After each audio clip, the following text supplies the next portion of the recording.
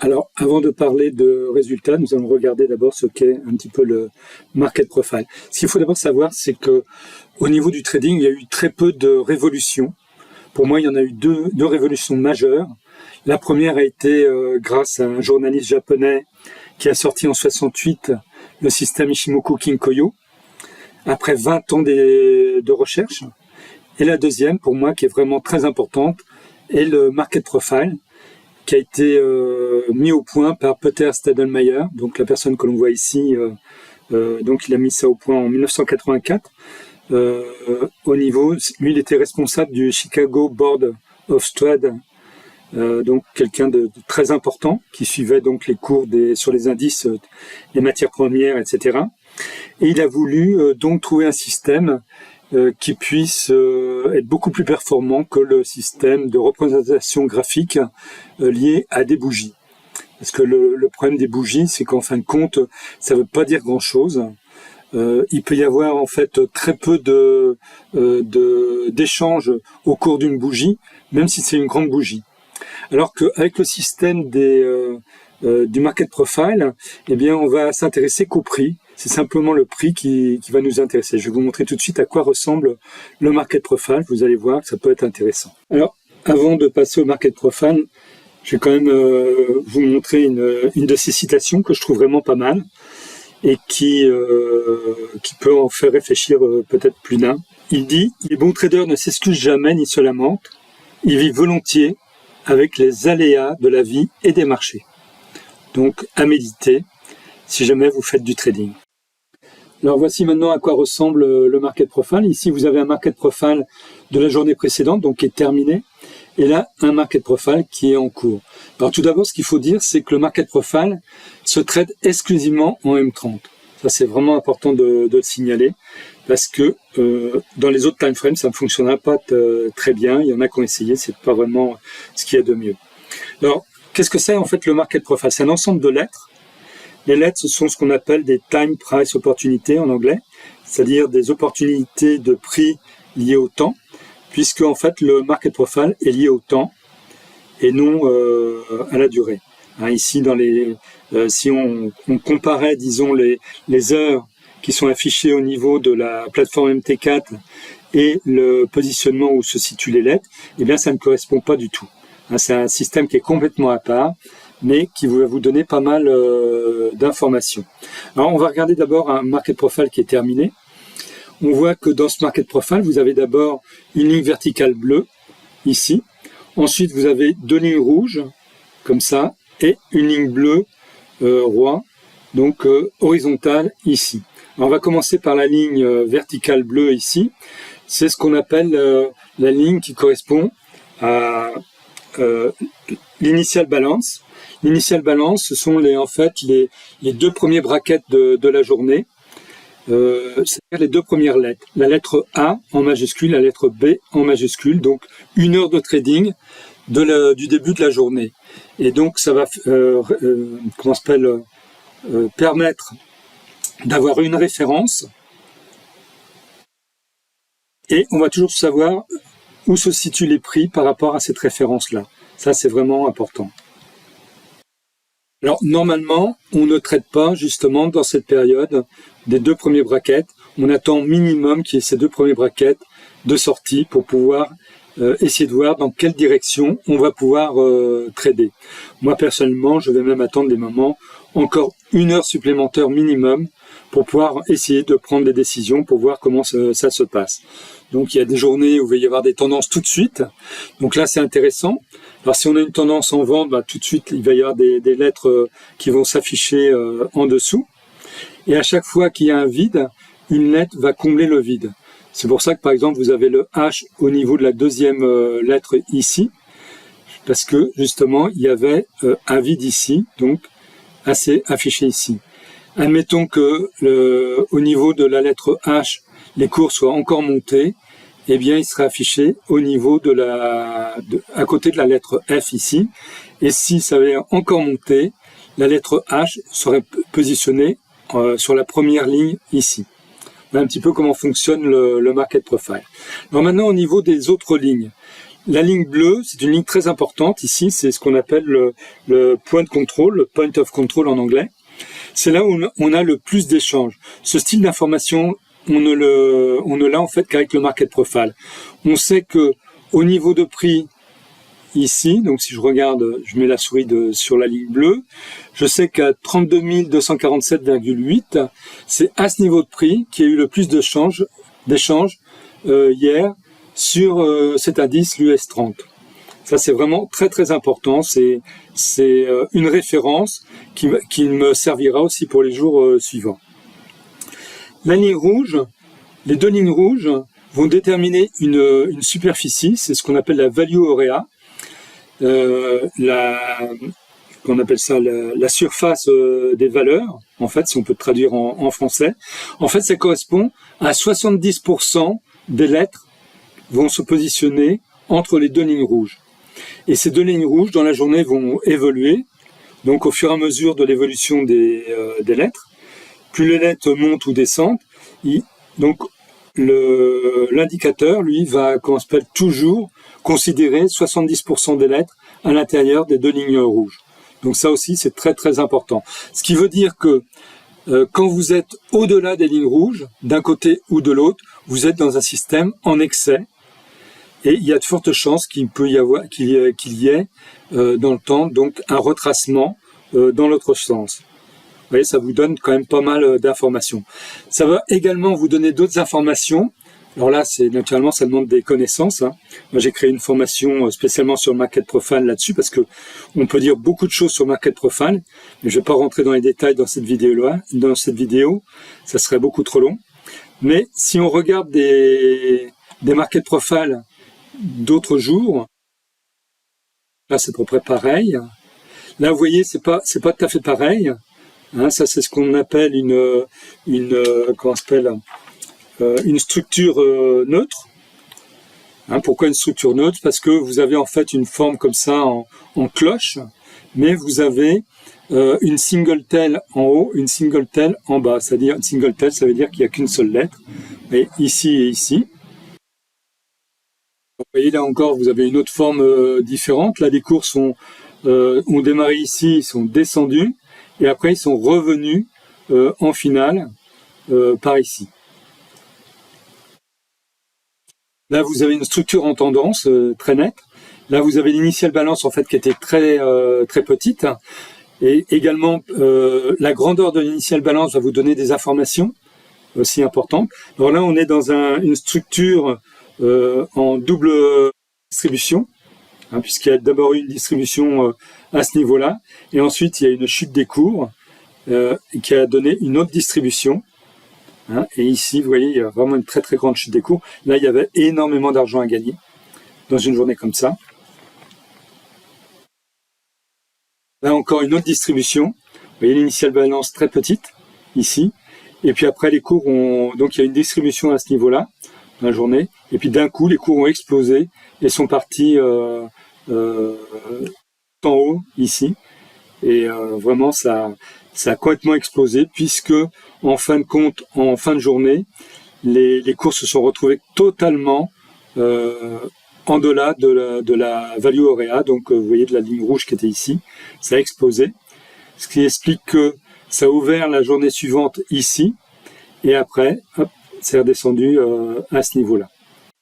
Alors, avant de passer à mes résultats, je vais vous montrer quand même par rapport à quel type de market profile je travaille.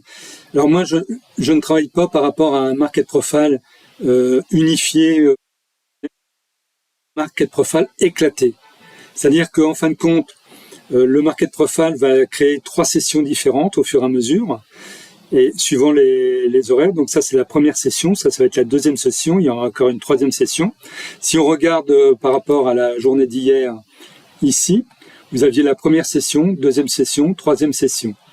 Alors l'avantage de ça, c'est que déjà, ça dépend quand est-ce que vous arrivez dans la journée.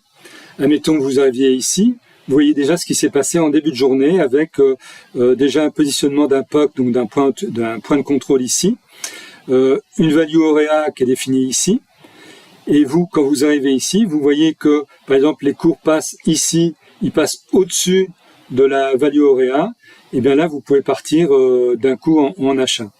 Après, vous avez alors à chaque fois, naturellement, à chaque session, vous avez une initial balance qui se crée. Donc là, vous aviez une première initial balance ici, deuxième initial balance ici, et vous voyez, troisième initial balance là. Vous voyez que celle-là est plus haute que celle-là, et ce qui montre quand même qu'il y avait une forte probabilité pour que les cours montent. Donc, vous voyez, en procédant ainsi, donc là c'est mon indicateur qui me permet d'avoir cette représentation en session plutôt qu'avoir une seule représentation, et là ça va donner beaucoup plus d'informations. Donc c'est par rapport à ce système-là donc que moi je trade et que j'ai donc mes résultats.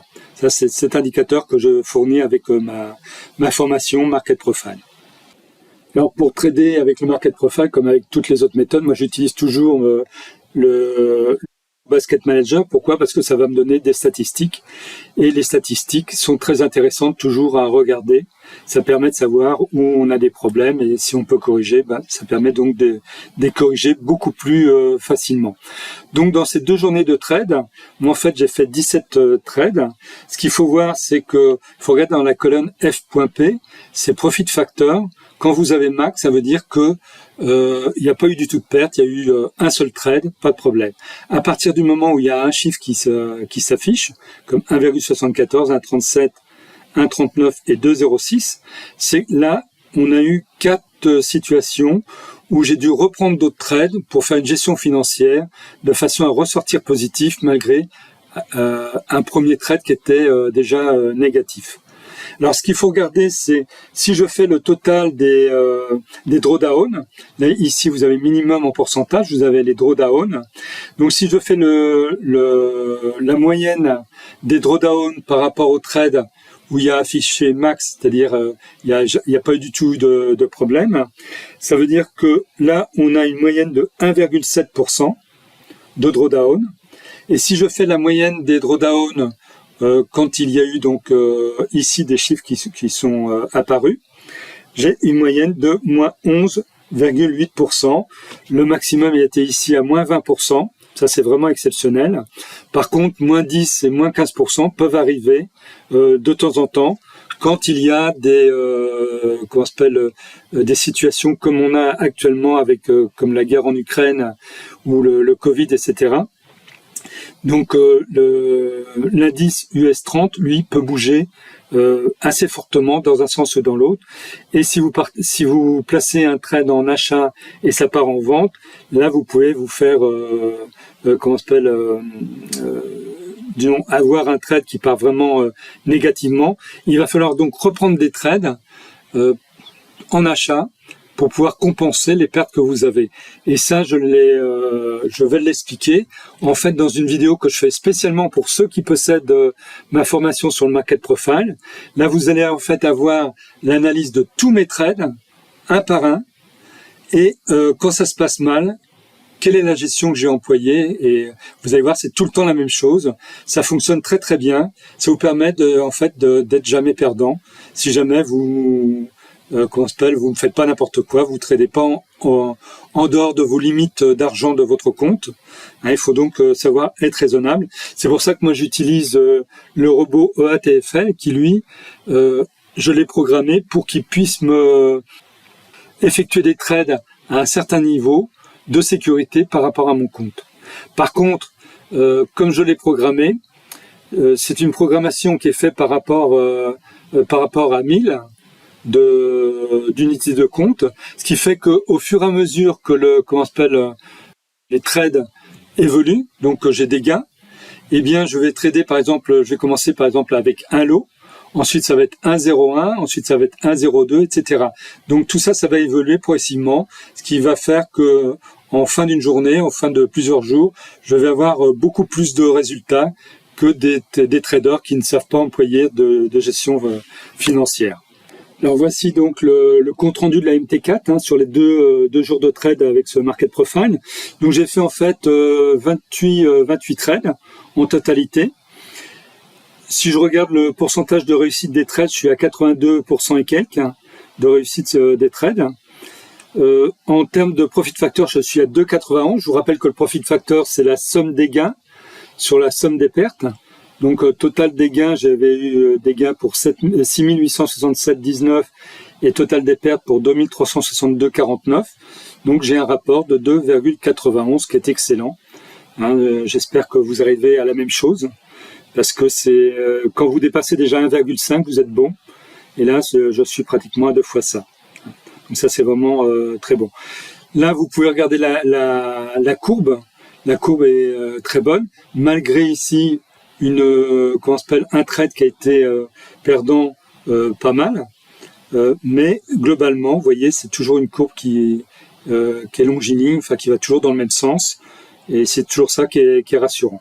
Il est toujours bon de regarder vos courbes. Je vous conseille toujours de regarder vos statistiques, surtout les courbes, etc., pour voir si vous n'avez pas d'anomalie dans vos courbes. Si par exemple, ici, vous aviez les courbes qui descendaient, la courbe qui descendait très très fortement comme ça, là, ça veut dire que vous avez un problème dans votre système. Parce qu'une courbe, normalement, doit monter globalement, toujours de façon rectiligne, si vous appliquez un système qui est valable. Alors, dans cette journée, dans ces 2 jours, ça m'a permis de gagner 23,3%, ce qui est énorme, par rapport donc à ces 2 journées-là. Alors, je voulais juste faire une remarque par rapport à ça. Pour vous, vous savez que, en fait, vous allez gagner 80 fois sur 100. Donc vous pouvez très bien raisonner différemment, plutôt que vouloir faire beaucoup de trades comme moi j'ai fait sur ces 2 jours-là. Vous pouvez vous dire, je vais faire 1 ou 2 trades gagnants, et si ces 2 trades sont gagnants, ça me suffit dans la journée. Par exemple, moi mes trades, ils faisaient entre 170 et 200 et quelques US dollars de gains. Si par exemple 200 US dollars de gains vous suffit, eh bien pourquoi faire beaucoup plus de trades? Vous faites juste un trade à 200 US dollars. Ensuite, vous pliez votre ordinateur, vous allez à la pêche, vous allez faire autre chose, ça suffit. Je vous rappelle que 200 US dollars de gains dans une journée, si vous faites ça pendant 5 jours dans la semaine, ça vous fait 1000 US dollars, et dans le mois, ça vous fait déjà 4000 US dollars.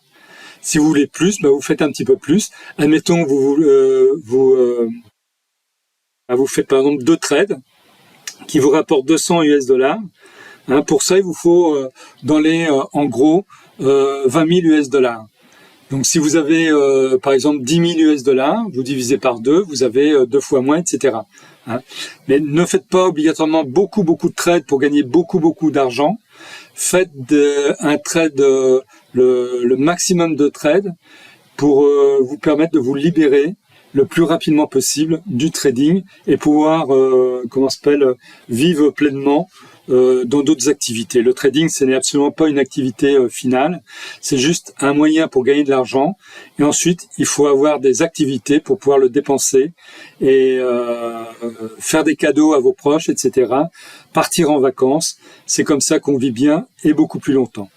Alors je rappelle simplement pour ceux qui ont ma formation sur le Market Profile, de ne pas hésiter à m'envoyer un email et je vous enverrai un lien de téléchargement sur la vidéo que j'ai faite. C'est une vidéo qui était assez longue puisque c'est sur les 2 jours, mais chaque trade est repris en détail.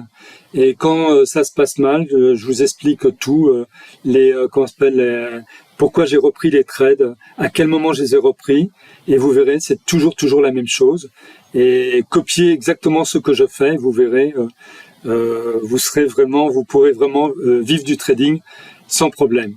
Et pour ceux qui possèdent, le robot EATFL, eh bien, n'oubliez pas non plus que grâce à ce robot-là, si vous le mettez avec le Market Profile, vous allez pouvoir avoir des informations supplémentaires.